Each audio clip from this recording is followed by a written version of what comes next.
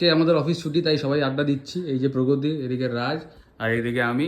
রাজ কিছুটা বলছে রিগার্ডিং শুনছি গল্প, মানে সুন্দরবন গেলে কেমন এক্সপেরিয়েন্স হতে পারে, তো সেটা আমাকে বলেছে। হ্যাঁ, রাজ এবার বলবে সুন্দরবন গেলে কেমন এক্সপিরিয়েন্স হতে পারে, বলো শুনি আমরা। সুন্দরবন যাবে তুমি, থাকে সুন্দরবন গেলে ফার্স্টে তোমাকে ওই ঘাট থেকে উঠিয়ে দেবে, টুরিস্ট ওই ক্যানিং তো ট্রেনে করে, তারপরে ওই ঘাট থেকে উঠে তুমি যেই নৌকা চেপে গেলে, প্রথমে উঠার সাথে বাবা রাজকীয় খাওয়া, ওটা মনে হয় তুমি ভিআইপি, ঠিক আছে।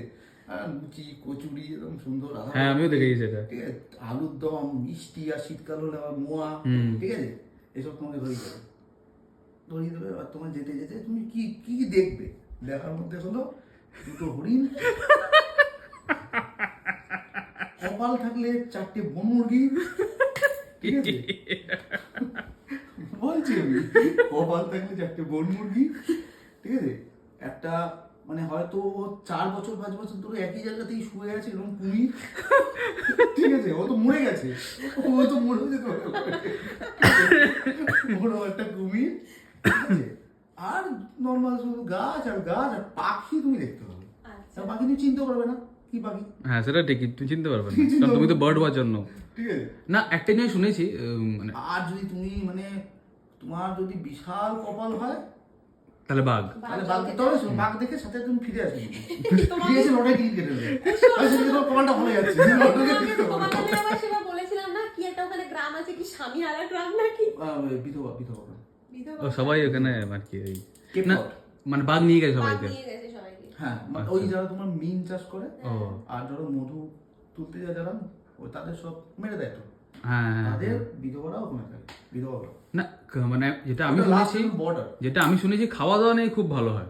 আরে খেতে থোড়ি তুমি যাবে, যেগুলো দেখতে, আরে না, আরে এই যে যারা সুন্দরবনে যায় আর কি, বিধবারা কি খাওয়া দাওয়া হবে? আরে না না, ওই যে নৌকোতে খাওয়ায় আর কি, ইলিশ উৎসবে। হ্যাঁ, ওটা তোমাকে 12টার সময় দেখবে, কেন ওটাকে বলো লম্বা লম্বা মাছগুলোকে, লম্বা লম্বা মাছ, দেখে যায় মাছ, আমুদি মাছ, হ্যাঁ আমুদি মাছ একদম পছন্দ না আমার, বালি তোপসে ফ্রাই নয়, আমুদি মাছ ভেজে দেবে, ঠিক আছে, সাথে দিয়ে দেবে এলো।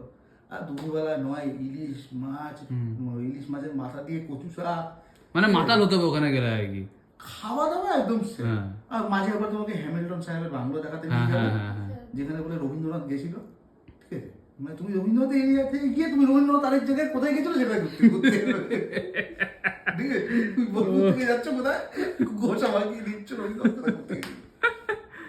বেশ, আমাদের সংক্ষেপে সুন্দরবন ঘোরা হয়ে গেল। আর রাজ এমনি হাওয়াতে বলছে না, আঙ্কাল ওখানে বিজনেস করতেন বলেই রাজ ব্যাপারটা জানে, আর রাজ মোটামুটি 10 থেকে 12 বার গেছে বলেই, তাই ওই জিনিসটা আমাদেরকে ভালো করে বলে দিল। আমি ভাবছিলাম যাবো আর কি, কারণ আমাদের মেসেজও এসেছিল একটা কোম্পানি থেকে, তো উনি বলেছিলেন যে হ্যাঁ আপনি ঘুরে যান, আমাদের এখানে থাকবে, সব কিছু করবেন। তো আমি প্রগতিকেও বলেছিলাম, তো যেটা শুনছি তারপরে তো ওই খেতে আমি যেতে রাজি হই একদম, সেটা সেরকম হলে আমি বাড়িতে বসে ইলিশ খেয়ে নেবো। ওই নৌকোতে গিয়ে একটা ইলিশ খাওয়ার জন্য এই সময়টা ওয়েস্ট করা, ওই দুটো হরিণ দেখার জন্য বোরিং, হরিণ বাট বোরিং। ঠিক আছে, ছোট্ট একটা আড্ডা, টাটা বাবাই, কিছুই নেই, হয়ে গেছে আড্ডা শেষ, হ্যাঁ টাটা। The next morning. এসে গেছি অফিস থেকে, এখন লাঞ্চ করার পালা। প্রগতি রান্না বান্না শেষ করে নিয়েছে মোটামুটি। আমি দেখলাম আলু মাখছিল, আর কি বানিয়েছি জিজ্ঞেস করি, কি বানিয়েছো কার? মাছ ভাজা, ডাল, মাছ ভাজা, ডাল আর বেগুন ভাজা। আচ্ছা, এটা মাছ ভাজা হচ্ছে, এই যে ওখানে আলু সেদ্ধটা আছে। এই যে আলু সেদ্ধ রেসিপিটা নেক্সট দিন নিশ্চয়ই দেখাবো। ঠিক আছে, দেখিও। ছোট ছোট করে তোমার ইনস্টাতেও তুমি ভিডিও শেয়ার করতে পারো চাইলে। রান্না এটা ভাত আর বেগুন ভাজা করেছো না? বেশ ঠিক আছে, তো এবার বসিয়ে খাওয়া দাওয়াটা করি, বাকি তারপর একটু রেস্ট নেবো। আমার পায়ে প্রচণ্ড লেগেছে সকালবেলা আজকে, ওই হাতিটাকে বের করতে গিয়ে দেখাচ্ছি পুরো নীল হয়ে গেছে। এই যে জানি না কতটা বোঝা যাচ্ছে, এই এখানটাতে লেগেছে পুরো, এখানটাতে নীল হয়ে আছে, এই পোর্শনটা তো পুরো এইখানটাতে লেগেছে। এইটা হচ্ছে কমফোর্ট ফুড, মাছ ভাজা, বেগুন ভাজা, আলু মাখা আর ডাল, আর একটুখানি ঘি দিয়ে, এর থেকে ভালো খাবার হতে পারে না। Yummy. 2000 years later.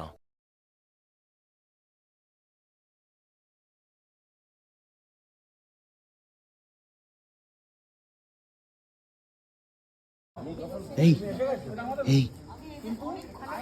hey, hey. এইমাত্র জাস্ট বাড়িতে এলাম, প্রগতি অনেকক্ষণ ধরে ওয়েট করছিল আমার, কিন্তু কিছু করার নেই, একটা কাজ ছিল জরুরি, সেটা শেষ করে এলাম, জাস্ট উদ্যান গেছিলাম, ওই কাজটাই কমপ্লিট করে এলাম বাড়িতে। আর একটা ভিডিও দেখছি এখন, ওই দেবচন্দ্রিমা দিয়েছে, তো একদিকে হ্যাটস অফ টু হার যে এরকম যারা ওর লাইফ নিয়ে খেলা করেছে বা উল্টাপাল্টা করে তাদেরকে এরকম করে এক্সপোজ করতে পারছে, ভালো করা উচিত, ভেরি গুড। শুধু সেটা না, মানে ধো দিয়া শুধু মানে সেটা না, একটা মেয়ের পাশে দাঁড়িয়েছে, একদম। এত বড় একদম।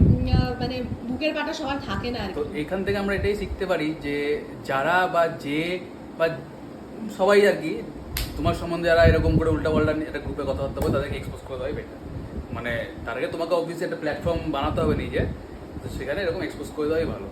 তো বেশ এখন চাটা খাবো, বিস্কুট খেয়ে নিয়েছি আমি, একটু ভুজিয়া খেলাম, হেভি খেতে এটা।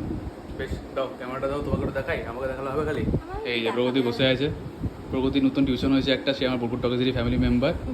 বাহ খুব ভালো, বেশ খেয়ে নাও চা, আমি চান টান করি, আর চানও করা হয়নি। আজকে আমাদের ডিনার, এই যে প্রগতি খাচ্ছে এখানে বসে বসে, আর আমি এদিকে ব্লগ দেখছিলাম, আর বাজে হচ্ছে গিয়ে দেরি হয়ে যাবে অনেকটা, 10:39। তো আপাতত খাওয়া দাওয়াটা করি।